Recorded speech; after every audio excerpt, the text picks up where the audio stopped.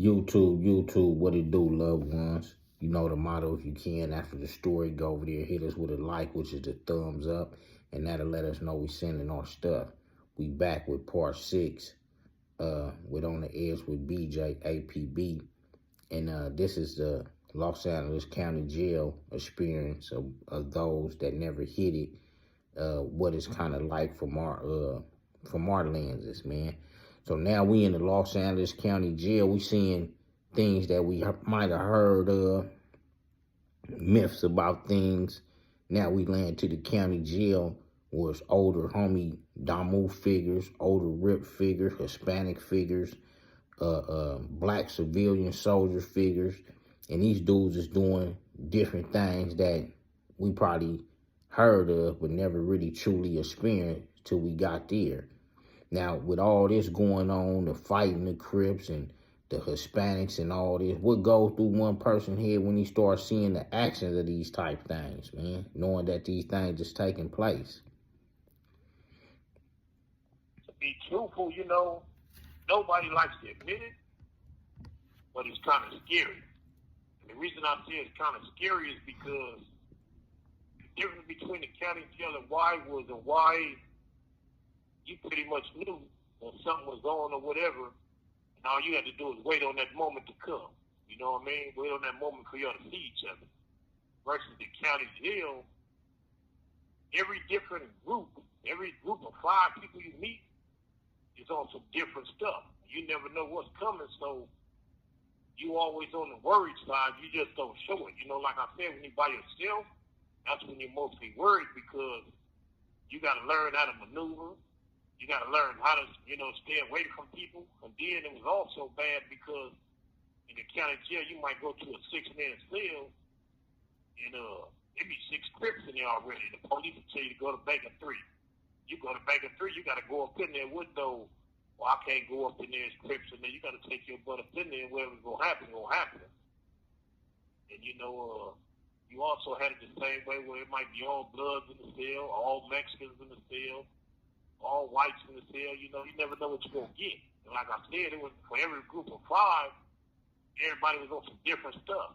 You had the hustlers, people that was depending on making money. Then you had the smokers that was running around, slick legging you, doing stuff like selling you fake cigarettes. You open up the pack and there's dirt up in there. Then you had the booty bandits. They running around trying to find as many people to feast on as they can. And then you had the robbers, people that's running around, they survive with jackets. And how was money then? How was money circulated then when you was there? Well, back then, you can have cash money. And they used to give you this thing called wet 40. That was the most you could have with $40. And the reason they called it wet 40 was because when your people went to the window, you would stand on one side and they'd be on the other side. When they hand the police the money for you, police would take the money and dip it in the water. And the reason they dipped it in the water was because I guess back in the days, drugs used to come like that. Like people used to put drugs on money or whatever. So they dip it in the water to see if it sizzles. If it sizzles, that means it got some dope on it. So they used to dip it in the water and then they give it to you wet. You got to walk off drying your money. So with that wet 40, dudes, like you said, so you had the jackers that was able to kind of jack and pull a cash revenue. So at that time, also a lot of people hear about dudes turning themselves in allegedly with things to make a revenue to touch back down to the streets. Are you aware of that type thing too? Of that myth? Yeah, it was like, I'm going to be honest with you, it's like all kinds of revenues. I never really knew, like, for sure, because I wasn't fortunate to really have nobody, like, doing things for me like that. I was one of them dudes that was running around there surviving on jackets. But it was always, every time you turn around, there was things in there, and you was wondering how it got up in there. It was always kind of ways up in there. And, I heard the stories, but I never did really get nobody's business to, like, confirm it, like, how you do this or how you do that. I just knew it was being done.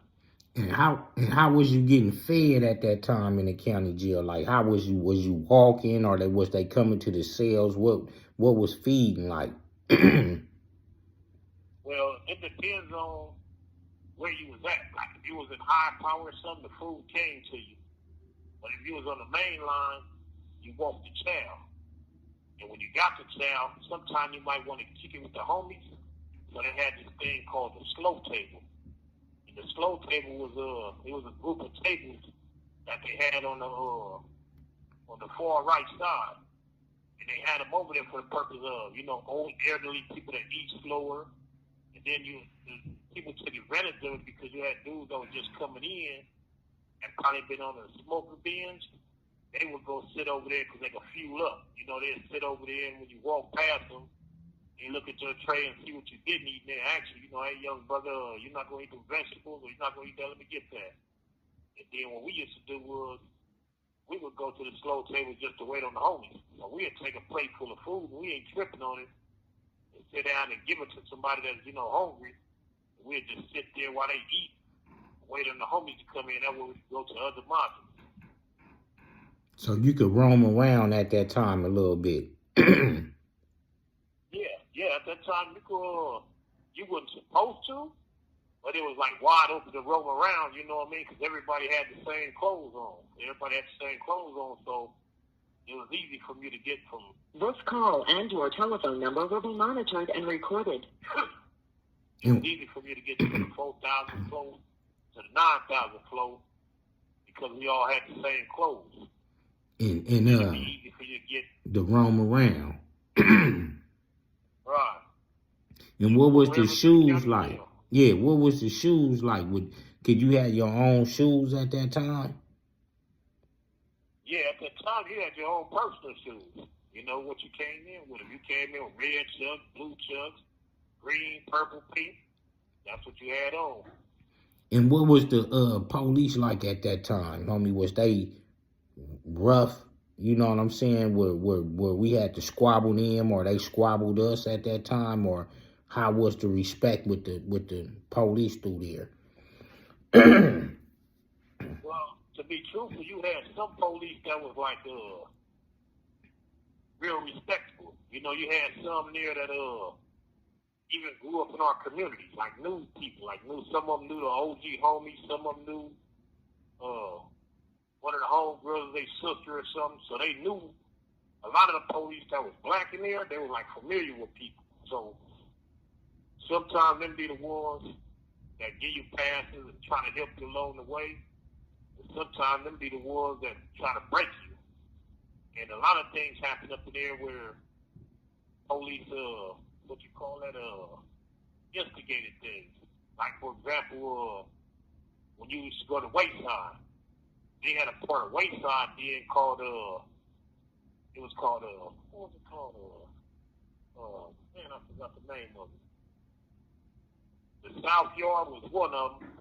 Then you had the ranch. And then you had another part of it, I forgot. I think it was Minimal. Anyway, in them places, there was no Bloodz there. All the Bloodz went to Medium North. So what the police used to do was like, if you come and you be on the bus and you got on some red chucks or red house shoes or something, the police would make an announcement just based on you on the bus. They'd be like, if there's any Bloodz on this bus, let us know now so we can send you back because there ain't no Bloodz up here. Instead, and then if you don't respond, they'll come to you because you got on the colors and be like, man, where you from?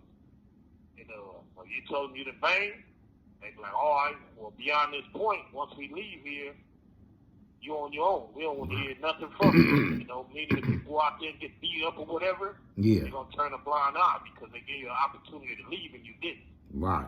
So they used to instigate a lot of the situation. So was it racial then, too, with the Hispanics in the county jail at that time? Yes. When I went, it was racial. There was a lot of racial stuff going on. At that time. It was like I said, it really wasn't no rules. So it was like Mexicans robbing blacks, blacks robbing Mexicans, all types of stuff going on.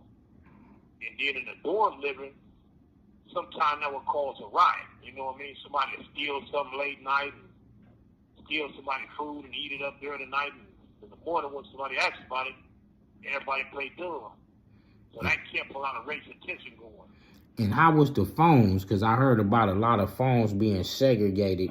Was phones segregated in your time where a couple was blacks, a couple was whites, a couple was Hispanics? Yeah, it was like, mostly like, it was a couple blacks and then a couple was the Mexican. Like, say it's 6 phones in the dorm. Right. It'd be 3 on one side for the Mexicans and 3 on the other side for the blacks. And at that time, it wasn't really like nobody coming to county jail like whites or others. You know what I mean? It was a lot of... This call and your telephone number will be monitored and recorded. So the phones didn't have to be shared. It was like blacks on one side, Mexicans on the other side. Right. So now we hear about Wayside, man. What was Wayside different than the county jail? What was Wayside? Well, Wayside was different from the county jail because Wayside is all dorm living. So in the dorms, you know, you had the TV. You could watch TV all day, videos and stuff. Back then, they had a show called MTV Raps. So a lot of people used to sit in front of the TV and watch your MTV Raps, watch VH1 all day, and stuff like that. You know, and play chords.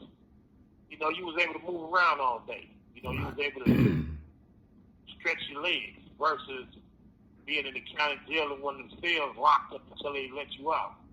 And what was some of the snacks like, man, that somebody would stand around that TV and watch what somebody would have in a snack, as a snack at that time?